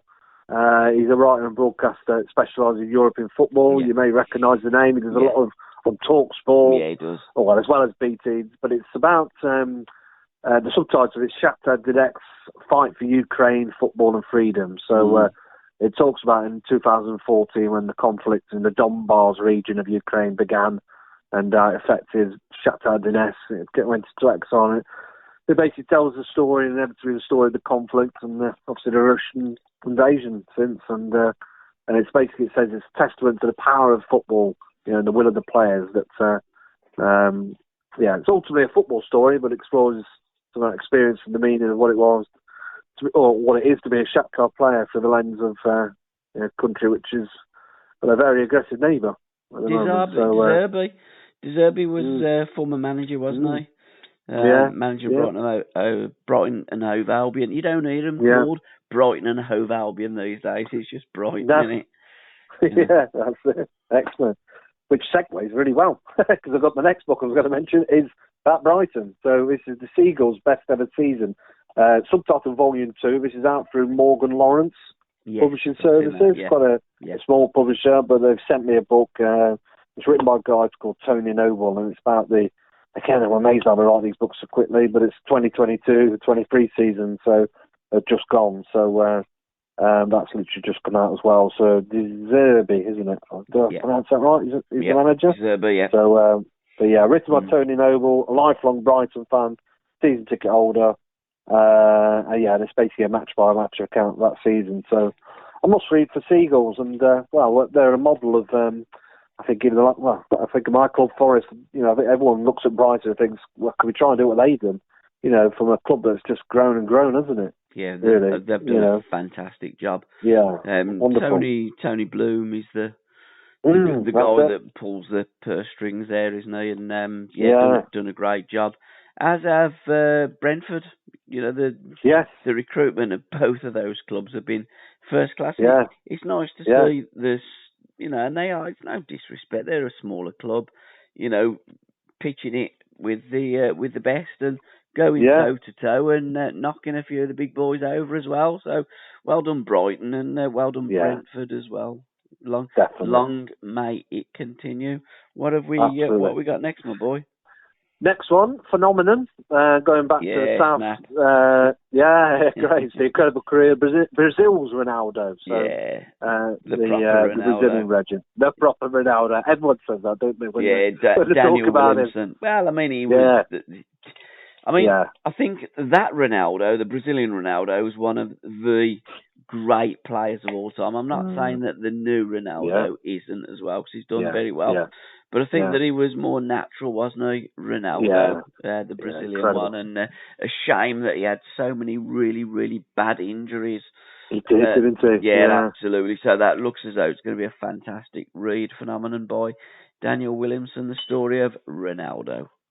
Yeah, remarkable. Yeah, it was a bit like a ballerina sometimes, wasn't it, with his pose and his composure, wasn't incredible. it? Incredible. I just think he's one of the greatest central strikers that the world has ever seen. I think, he was unbelievable, that Ronaldo. Again, for me, I'd much prefer the Brazilian Ronaldo to the Portuguese Ronaldo, but it's all opinions and so on. Yeah. And people will say, well, he scored more goals. And you go, he played more games. He's going to, isn't he? Yeah. No, absolutely. Yeah. I look forward to that. Great author, Daniel Wilson. He's wrote for a number of books. He seems to be on writing a book a year at the moment. So he's done one on Blue and Gold Passion. That was Boca Juniors. And then he wrote one on When Two Worlds Collide. That was a bit of the Intercontinental Cup, which we just mentioned. So, quite a prolific writer. Got some nice titles, hasn't he? He has, I loved it. Yeah, Phenomenon. Great title for the book as well, isn't it? Yeah, absolutely. Bringing it up to speed, bringing it up to speed, so bringing it back to October, There's another one. This might be a snap. It's called Old. So I get this. I'm not even sure it's pronounced. It's Old AULD. Old Foes. Snap. Yeah. So Old Foes. World football's oldest rivalry. So James Stephen. That's it. Yeah. So when you looked, I asked Terry the same question. When you looked at the book title, Old Foes, written AULD as like old enemies, Old Foes, World Football's Oldest Rivalry by James Stephen. Where did you think he was going with the world's oldest rivalry? I was thinking England, Scotland. I did. I thought exactly the same. Yeah. And then I looked at it and I thought, okay. Yeah. But I did ask Terry Curran on the Curran View this week, and Terry said Arts and Ibs. And it's 150. It's 150 years, isn't it? Of Arts and Ibs. So, world football's oldest rivalry by James Stephen. Yeah, their first match they played against each other, I did a bit of research, was on Christmas Day in 1875. So, it's incredible, isn't it? So, football's been going so long. But England played Scotland in the first international in 1872. So,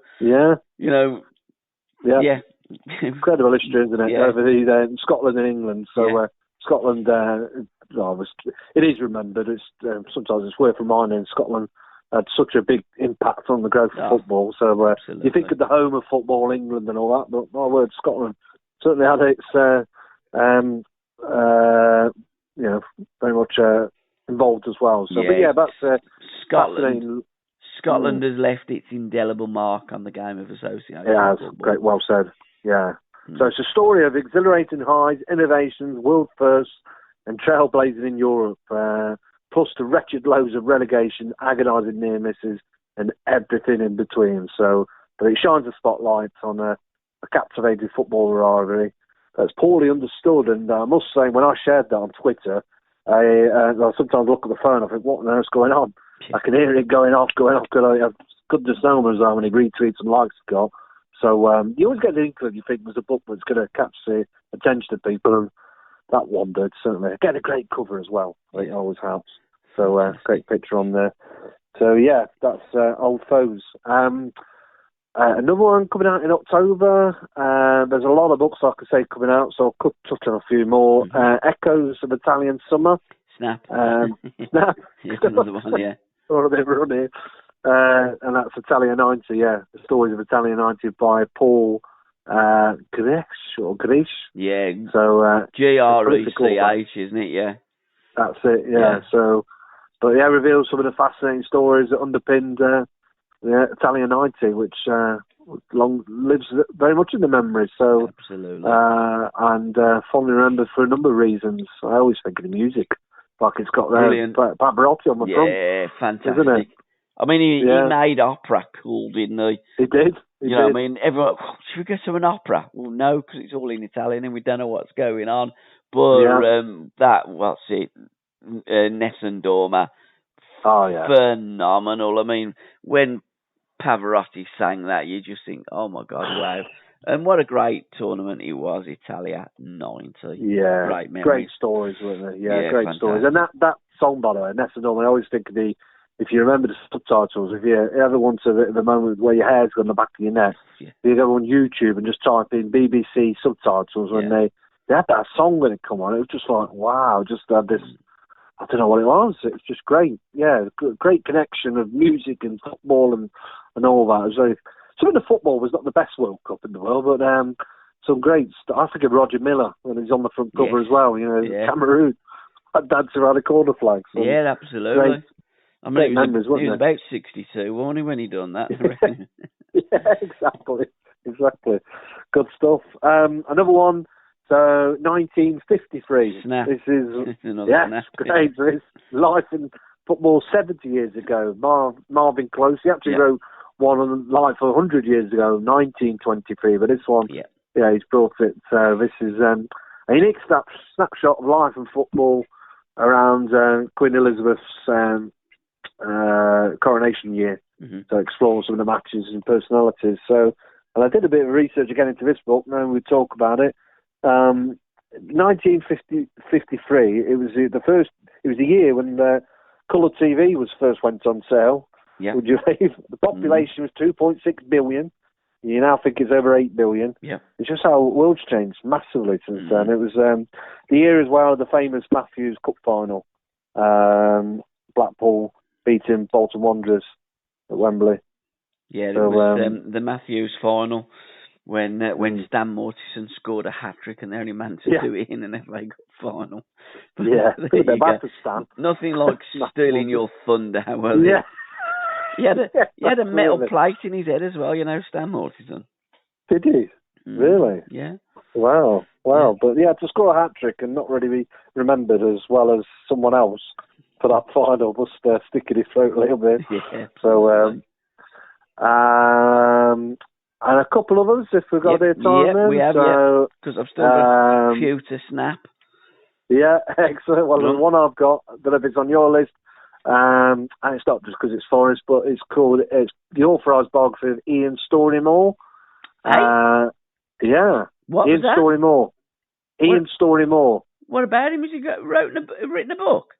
It's the authorised biography of him. Oh, blimey, I've not seen that come out. Where's that? You'll have to... It's only just been announced. It's coming out in the 23rd of October, to be precise, out through pitch. So it's the title is Give It More, He Will Score. It's the authorised biography of Ian Storymore, the man Clough couldn't buy. And it's by two guys, Stuart Humphreys and Richard Harrison. Oh, right. But yeah, Forrest, legendary forward of the 60s and early 70s. So he scored more than, was that 100 top flight goals for Forrest? I'm going to take a little bit of credit for that because I did when I interviewed Ian. I said, you should write a biography. Yeah. Oh, and he was never that. He was never really. Yeah. And he seemed really unsure, Storymore. But I said, you're an absolute legend. There's things that players that we've had that their stories and that's why I do the podcast, Legends of the 70s. And it was a great podcast with Storymore. I mean, that wonderful goal that he scored against Arsenal at the City Ground. Yeah. And when, we're talking about, what did you say? The man that Cloughy couldn't buy? Yeah, the subtitle says, the man Clough couldn't buy. Well, it says there. And he couldn't for what? Well, Storymore actually signed for Derby County. Yeah. It's sensational on-off transfer to Derby County for a British record fee. It was front pages. But it was never on. I mean, Brian said that, but it was never on. What happened is the story, but Cloughy come and told him that it's all signed and sealed. Just sign on, then you'll be a Derby County player, young man. Welcome to Derby County. But the Forest board wouldn't sanction it. Right. And Cloughy went back to him, and they says no, we're not selling him to Derby County. So it was the Nottingham Forest board that wouldn't sign the transfer off, but Storymore actually did put his signature to the transfer and believed that he'd signed for Derby County from Nottingham Forest, and he said from that day forward, Cloughy never spoke to him. No, it says in here as well. Yeah. You'll have to share that podcast, by the way. Yes. Paul, but it sounds like he definitely took some inspiration from it. It says in the summary that it left Brian Clough unable to speak to him for 2 decades. No, he didn't know. And joined Manchester United and played alongside Bestlaw and Charlton. Yeah. But it's the first time, like it says here, that the author's decided to tell his story of his life and career, drawing on interviews and personal scrapbooks and his first-hand memories. So he's a hugely popular figure. Really popular figure. Really looking forward to that because, out of all the players that have ever played for your team, Nottingham Forest, Storymore has got to be up there because he was telling me about, because I said, how did you get the name Storymore? And he was telling me about how it come about because he said, I was a little bit shy because it just sounded too posh, Storymore. Yeah. So when he played for England, it was like Ian Moore, 'cause he had a goal disallowed. He played against Holland in 1970, January 1970. Then he got a bad injury, but Alpha told him that he was really in the reckoning for the 70 World Cup finals. Oh, he was robbed of a place, wasn't he? Yeah, Mexico, absolutely. 1970. And that injury was very similar to the one that he'd sustained earlier. As I say, it was a fantastic part. It was about an hour and a half, and I thoroughly enjoyed listening to Storymore, an absolute legend, and some great tales. So I definitely 100% will be buying that book. Really, as well. Yeah, Liam Brady and Storymore. Any book from the 70s, it really gets my juices flowing. I'll share that on Twitter in the coming days. But the front cover's brilliant as well. It's Ian Storymore, just Ian Storymore. It's got the red forest top on, the old badge, and it's just him looking straight on, just him. You know, just a head, a bit like a photo, like your passport photo. Is it in the white kind of photo? Is it in the white forest kit? No, red. It's in the red. I was going the red forest kit. Yeah. Yeah, the white, but the forest, the old, the badge with the it's in the white. It's the old one, badge. Yeah, the old one. It changed. So that's the book that comes out in October. So I think, like you said, it'll be popular amongst a lot of people, not just Storymore, my lord, Storymore. That's the Storymore, my lord, Storymore. Yeah, great, absolute great legend, brilliant, excellent. And then linking it to another kind of story is it's called The Lion Who Never Roared. It's about Jack Leslie. He was a star Robs of England Glory. So this is one that's coming out. Yeah, that's it. So Plymouth Argyle. Yeah, you got it. Yeah, he had an illustrious career with Plymouth. He scored 137 goals in 400 matches. It says here, but there's a statue outside Home Park now, and they're of him. That's it. Yeah, absolutely. So it's the incredible story of Jack Leslie, the only black player in the Football League when he was selected for his country in 1925, only to be dropped due to the colour of his skin. Absolutely, which is just incredible now. But the forwards by Viv Anderson as well. Oh, right, Spider. MB. That's it, Spider. So, but it's about his illustrious career, and he became the league's first black captain before an eye injury forced him to retire. In the 60s, he joined West Ham United, and he shined the boots of World Cup winners like Bobby Moore. Nearly a century after his heyday, this has been written by a guy called Matt Tiller, and it's drawing on material from Leslie's family archive. And it's just, Jack's legacy is unfurled. It's as it says, it's a heartbreaking yet inspiring biography with contributions from Viv Anderson, and also Sir Trevor Brooking. So, some of these books get shared, in advance, so they can promote it. And there's even a couple of quotes here that says, a review, beautifully written and a fitting tribute for unfairly overlooked legend by someone called Josh Widdicombe. And then Viv Anderson. Yeah, I know Josh. Says, well, I don't know him, but he's on the last leg, isn't he? Or that's it. Yeah. Yeah, so... But that's coming out October time as well, around about the same time as Ian Storybooks. Ian Storymore's book. He was also in Football's Black Pioneers book as well. He was. That was a good book written a few years ago. Again, I've done a podcast with the fellas, the authors of that book. So, however you access your podcast, just go on there and have a look at it. SRB Media is the put into a search engine, and all our podcasts will come up for you. Excellent. What else we got now? Well, I've just got a couple more. I'll coming towards the end. There's one which brings it to modern days, but it's called the world's biggest cash machine by Chris Blackhurst. This comes out in October. It's about Manchester United, the Glazers, and the struggle for football soul. So Chris Blackhurst, he's a former editor of the Independent, and it's a tightly reported account of the Glazers, the owners of United still, and if you watched the game against Wolves, you would have seen them as they were walking out of the tunnel. They had the banners up, didn't they, just behind? But it talks about that relationship. So if the Glazers owned Birmingham City, we would think that we've died and gone to heaven. Yes, I mean, they've still spent lashings of money. They're still one of the biggest spenders in world football. You know, I don't know. I just, with ownership and stuff like that, I'll just give it a wide berth. It doesn't do anything for me, to be fair. Yeah. But there you go. Good luck to them that write the book and that. But you know, not for me. Any political book, I give it a wide berth. I'm not interested. But story more, I shall 100% be buying that book. I'm really that's made my night. That has. Story more's got a book out. Brilliant.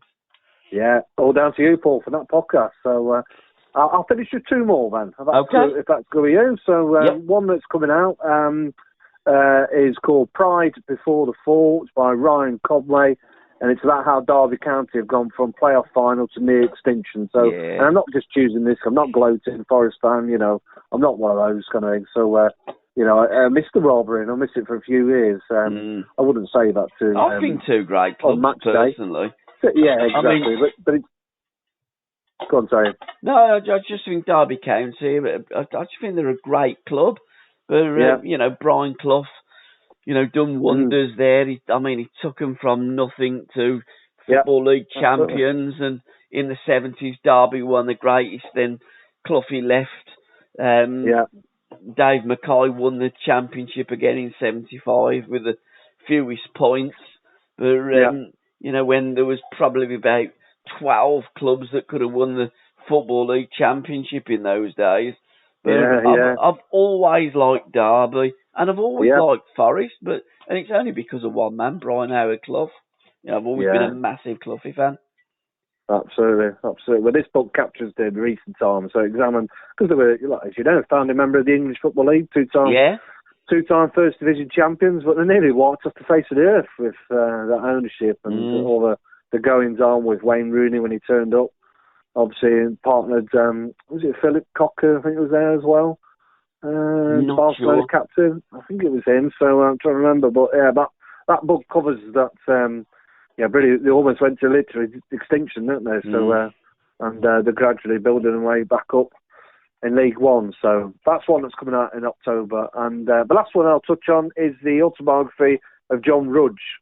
Yes, I saw that. So with Simon Lowe. So it's the unfolding life story of the legendary Port Vale manager John Rudge. So behind the scenes, insight, the ups and downs. He had 6 decades in professional football, so there were plenty of stories in that book. He took him from the depths of Division 4 re-election to the Premier League and Europe.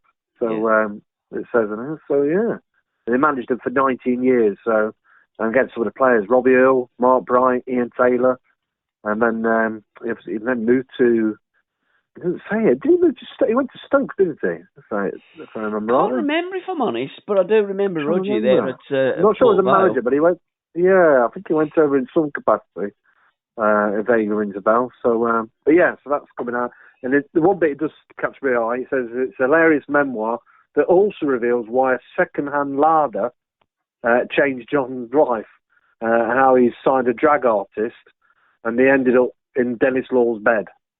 So, see, stories like that really, I think I'm going to buy that book now. It's like, what's that all about? I mean, the rest of the book. What's the drag artist? Yeah. Ends up in Dennis Law's bed. Yeah. But there you go. Yeah. Right, I've got a couple of books here. Nowhere to Run. Great. Nowhere to Run. Yes. Yep. By Jonathan Sayer. Jonathan Sayer. Yeah. What do you know about that book? Have you in your library?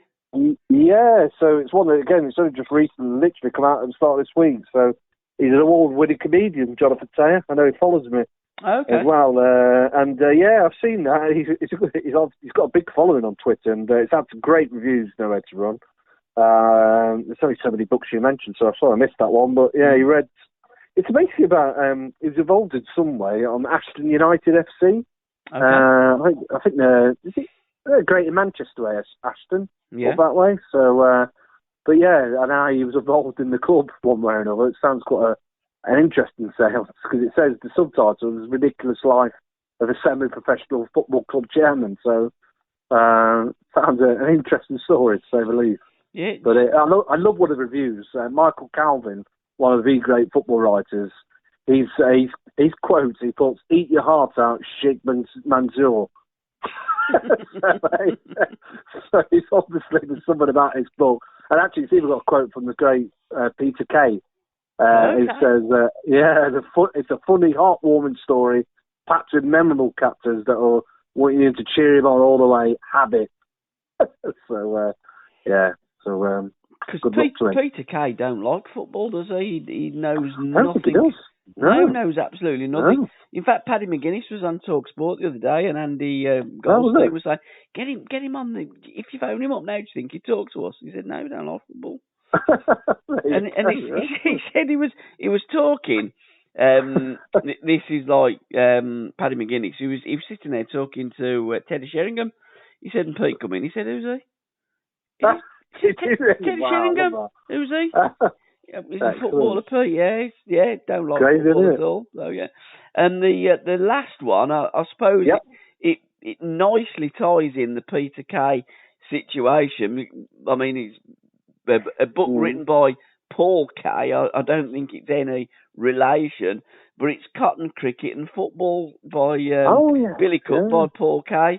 So, I mean, when you look at Cotton Cricket and Football, and it can only mean Lancashire, surely. Yeah. No, I'm familiar with that book. I think has it come out already?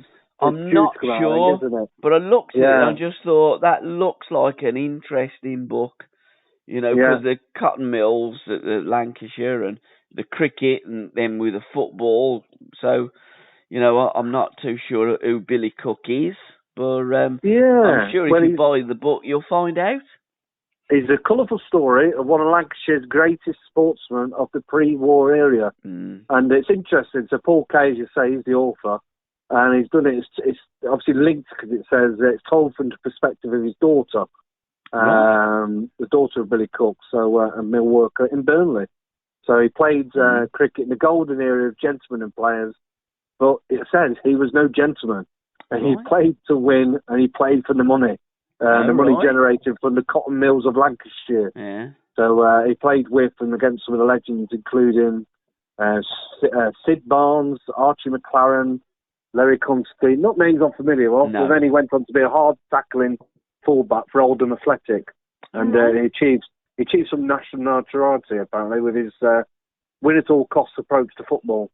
But all of it was interrupted by his service on the Western Front. Yeah. And he narrowly avoided death, and he returned and set records which even stand to this day. So lots of really fascinating books. So good pick. Yeah, them kind of books that stand out to me, that have got historical content. I like that. Books certainly from the 70s. You know, I always look at great, because they were my heroes growing up. So always a pleasure, sir. Likewise, I think we've probably done about 2 hours. so again, 90 minutes plus extra time. You were about right with the time added on now these days in football. We go. Probably is about 2 hours. So can I thank you for your time, sir? Thank you all for listening, guys. And we will reconvene probably in 4 to 6 weeks' time. Not 46 as it probably was last time, but about 4 or 6. So we'll try and get it a little bit more regular now as the summer's passed and the holiday season's finished, and the nights start to draw in, and there's going to be lots and lots of books, new publications coming out, because as you alluded to, October is the time that they're building up to Christmas, and then you've got October, November, and then the December month as well, and I guess then it dies off a little bit in the new year. But next few months we will be chatting and talking football about some of the wonderful titles, and also titles that you're promoting on myfootballbooks.com. Thank you so much, Andy. Excellent, and happy reading, everyone. Absolutely. I was just waiting for you to finish with that. Excellent. Cheers, pal. All the best, everyone. Till next time. Thank you. Bye-bye now. Bye-bye.